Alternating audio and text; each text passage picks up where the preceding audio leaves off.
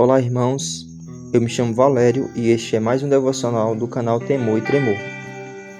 Estaremos dando continuidade ao nosso estudo de Atos. Hoje estaremos meditando no capítulo 18, do versículo 1 ao versículo 11. Mas antes de mais nada, eu peço que você possa estar curtindo, compartilhando tanto pelo YouTube como pelo Spotify, Deezer, que você possa proclamar a mensagem do Evangelho.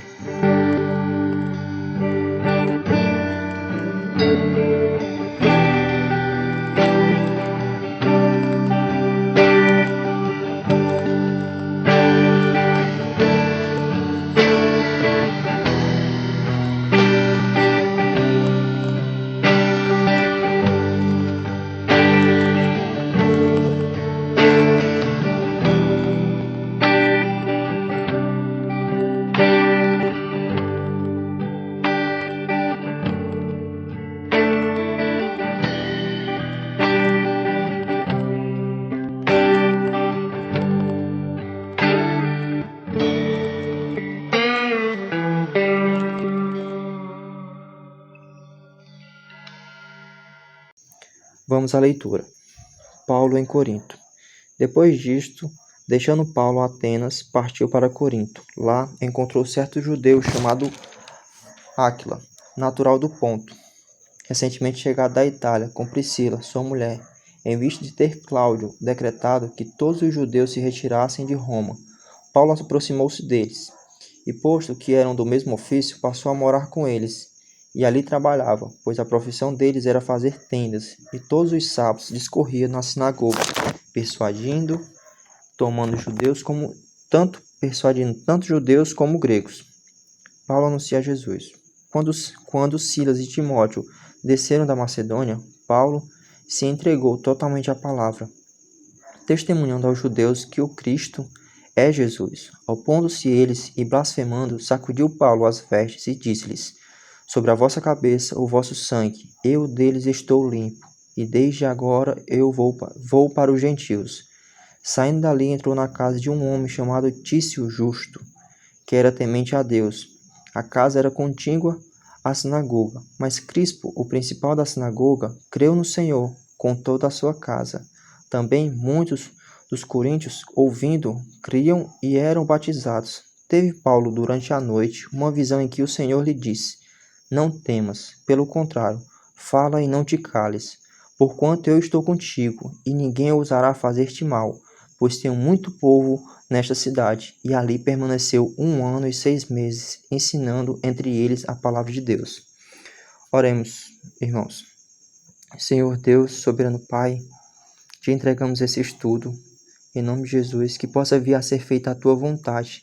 Tu, com teu Santo Espírito, possa nos dar sabedoria e discernimento para compreender o teu propósito através da tua palavra. Obrigado por tudo, em nome de Jesus. Amém. Pois bem, irmãos, a nossa meditação hoje vai ser mais específica do versículo 5 até o versículo 11. Antes de mais nada, vamos a algumas informações que a gente encontra lá no versículo 1 até o versículo 4.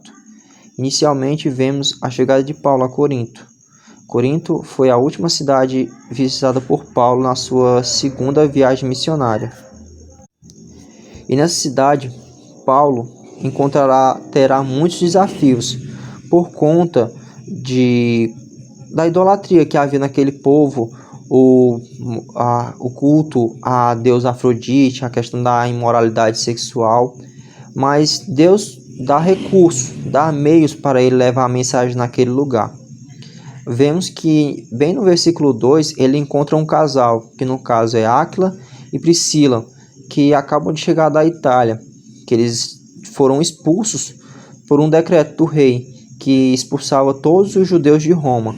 Então Paulo se aproximou deles e, posto que eram no mesmo ofício, passou a morar com eles, e ali trabalhava, pois a profissão deles era fazer tendas. Então Paulo estava trabalhando. No versículo 4 a gente vê que nos sábados ele discorria na sinagoga, levando a mensagem tanto para judeus como gregos. E aí entramos no versículo 5, onde Paulo anuncia a Jesus.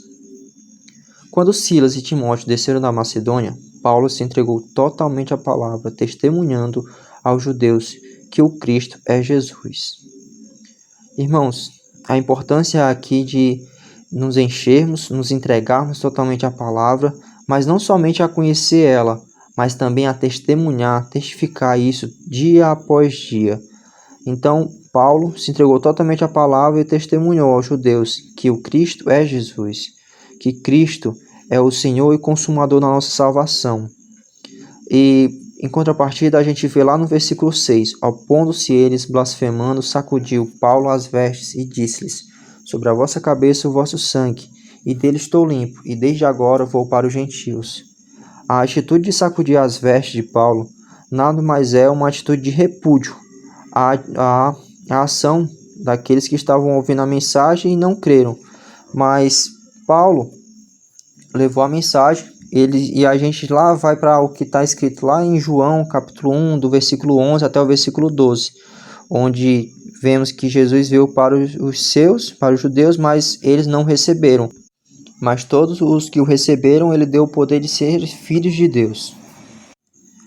Nessa passagem onde Paulo fala sobre vossa cabeça o vosso sangue, eu dele estou limpo, e desde agora vou para os gentios. A questão aqui sobre a vossa cabeça o vosso sangue, dele estou limpo, eu levo logo a pensar no que está escrito lá em Ezequiel, do capítulo 33, do versículo 1 ao versículo 8. Foi algo que eu aprendi no meu discipulado, a questão do atalaia. Então aqui a gente vê que Paulo leva a mensagem, mas eles não receberam, então a incredulidade deles não era responsabilidade de Paulo, ele levou a mensagem. Já aquele sangue não pertencia a Paulo, no caso. E a gente vai lá para o versículo 7. Saindo dali, entrou em uma casa de um homem chamado Tício, justo, que era temente a Deus. A casa era contígua à sinagoga, mas Crispo, o principal da sinagoga, creu no Senhor com toda a sua casa. Também muitos dos coríntios, ouvindo, criam e eram batizados. Irmãos, mesmo vendo que no versículo 6 houve grande oposição à proclamação da mensagem do Evangelho, há pessoas que creram e foram batizadas. Então é muito importante a proclamação do Evangelho. Agora vamos lá no versículo 9. Teve Paulo durante a noite uma visão em que o Senhor lhe disse, não temas, pelo contrário, fala e não te cales, porquanto eu estou contigo, e ninguém ousará fazer-te mal, pois tenho muito povo nesta cidade. Irmãos, a passagem do versículo 9 ao versículo 11, no caso o versículo 10, creio eu que é o ponto central dessa mensagem.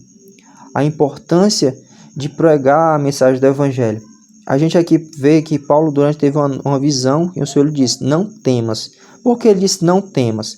Lá na carta de Paulo aos Coríntios, a gente nota que no capítulo 2, no versículo 3, ele mostra que está um pouco como assustado. Então, esse temor por quê? No capítulo 2, versículo 3, e foi em fraqueza, temor e grande tremor que eu estive entre vós.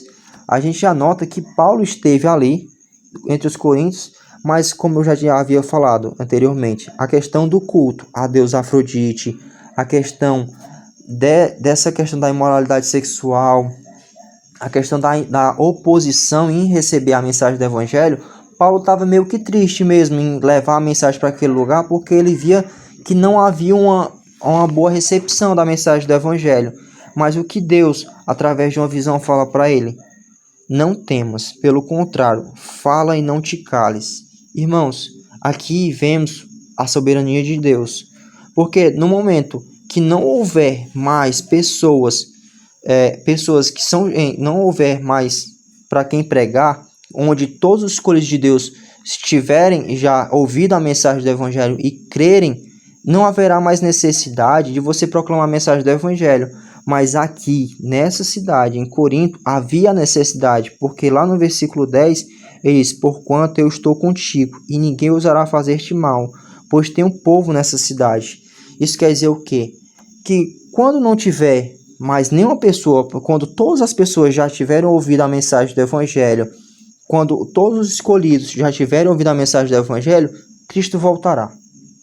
É importante frisar isso. A gente vê a soberania de Deus nesse momento, porque entre um povo pagão, entre um povo idólatra, haviam escolhidos de Deus naquele lugar.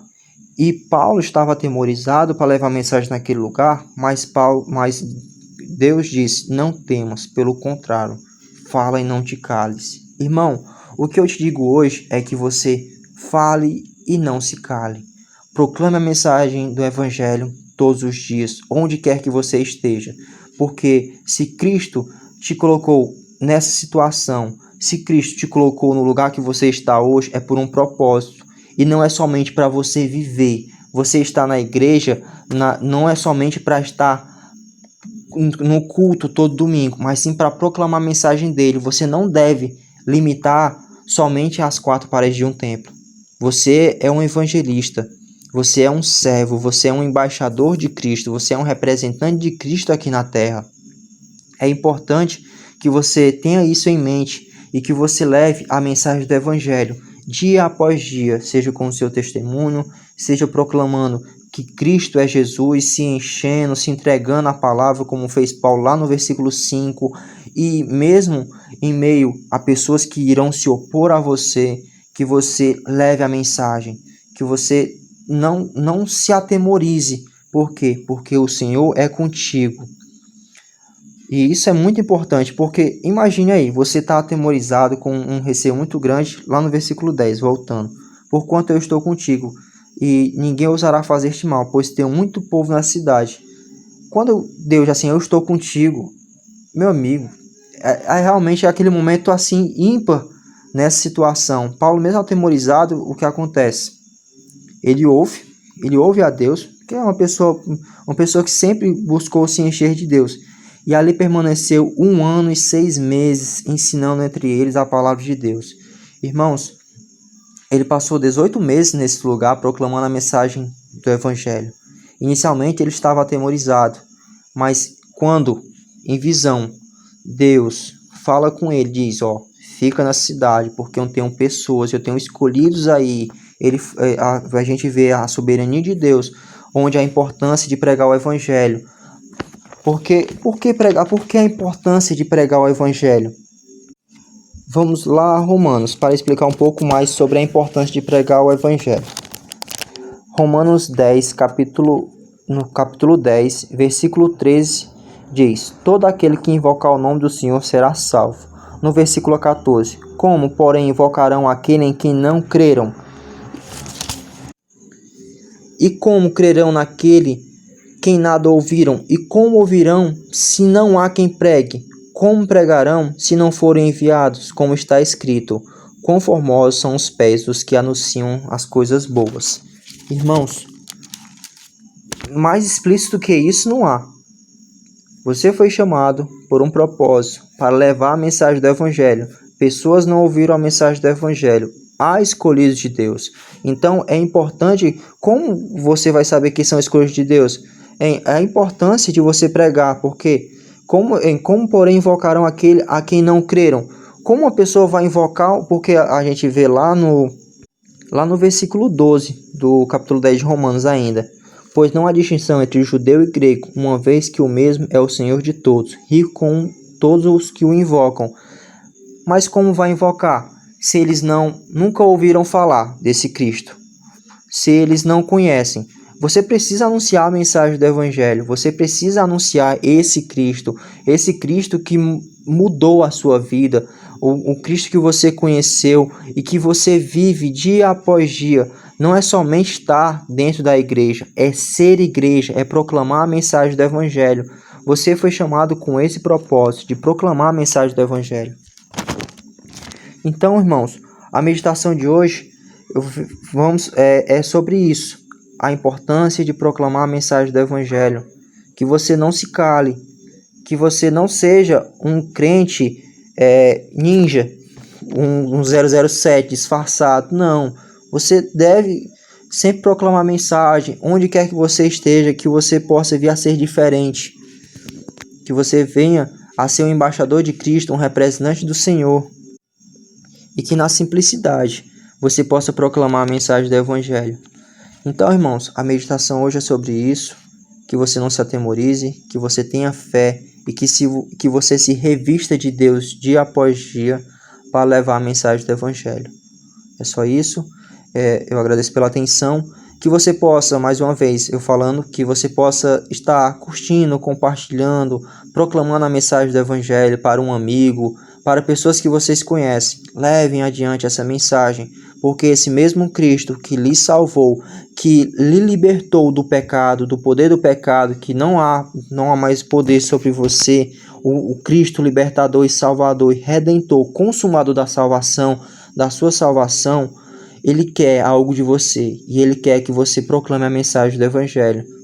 Não é somente você ser salvo e você ter uma carta, você tem um convite para uma grande festa, uma festa no céu, e você está aguardando esse convite. Do que vale isso? De nada vale, irmão. Leve essa mensagem adiante, proclame a mensagem do Evangelho, que você possa ser edificado por essa mensagem. Isso é tudo. Oremos para finalizar, irmãos. Oremos. Senhor Deus, soberano Pai, te somos gratos por mais um dia de vida, pela tua imensa misericórdia, por tudo que tens feito em nossas vidas. Que o teu nome possa ser engrandecido, glorificado, cada vez mais em nossas vidas, e que venhamos sempre a ter a coragem, a força de vontade para proclamar a mensagem do Evangelho, que possamos estar sempre revestidos do teu Santo Espírito, que seja tudo para a tua honra e tua glória. Obrigado por tudo, em nome de Jesus.